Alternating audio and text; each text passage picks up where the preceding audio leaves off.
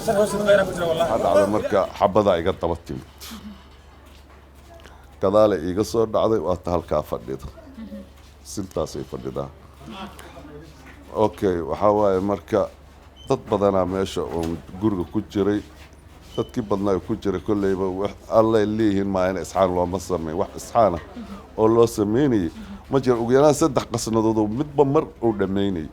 maxamed axmed xilli uu marayay wadada masjidka xaaji yuusuf ee degmada warta nabad ee gobolkan banaadir wuxuu la kulmay rasaasan kala joogsi lahayn halkaas oo uu ka soo gaaray dhaawac si la mid ah waxa dhaawacyo soo gaaray dad kale wadadaasi isticmaalayay iyo dad guryahooda ku jiray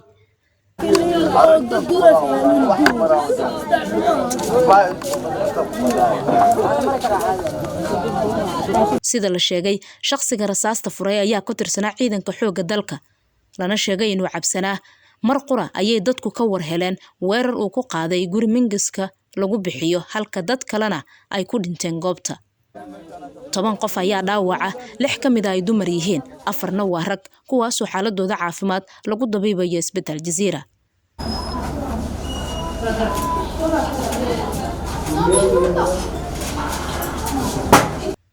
dadkii dhaawaca uu soo gaaray ayaan la hadalnay isla markaana noo sharaxay qaabka ay dhibaatada u soo gaartay dambeys u socdo meesha xabadaha dhacaan kuwa kulmay garabkan way iga dhaceen lugtana laba xabad ayaga dhacay garab xabada kaaga dhacday maxaa dhacday laba xabo baasa ku dhaceen waa turturaba garab hilibkiisa meesha aan soo tagay lugta hadda xabada kaaga dhacday kaaga jirta mas'uuliyad waa ku jirta laba firri xabada ay ku jirto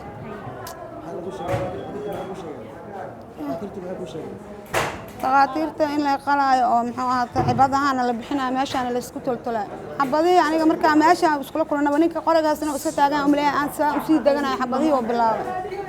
xabadii markay bilaabeen koow baas amal ay qabsatay meeshaan waa go'do haddana dhinacana u soo arda waa sasay meesha haddana u soo laabtay luga iga dhicin haddana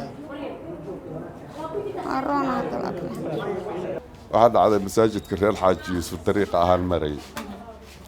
marka aan sii socdo nin tuutale oo askari oo anuguba aan aqaano cabdi dheere leeyahay ayaa i hor socday xaafad luuqow saa iiga laabta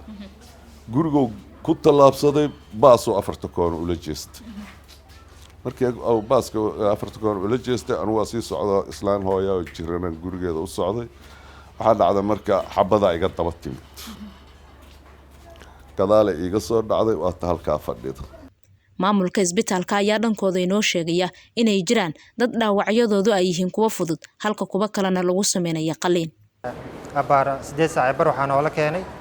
dhaawacyo ilaa 10 gaaraya 4 kamid ah ahaayeen rag 6 kamidna waxay ahaayeen dumar dhaawacyadaas oo kuwa aad iyo aad ku jiraan dhaawacooda darnaay 4 kamid waxa la geliyay saalada inta kalena waxa way dhaawacooda waa la tacaaleynaa oo waxa way dhaawacoodii kuwa fudud ku jiray kuwa wax isku jireen dhaawac daran 2 kamid waa dirnay 10 kamid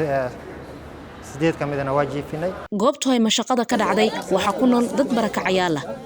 basadan ayaa la noqotay mid la yaab iyo argagax ku reebta mar kale waxay ka cabsi qabaan inuu dib u soo laabto shaqsigii dhibaatadan falay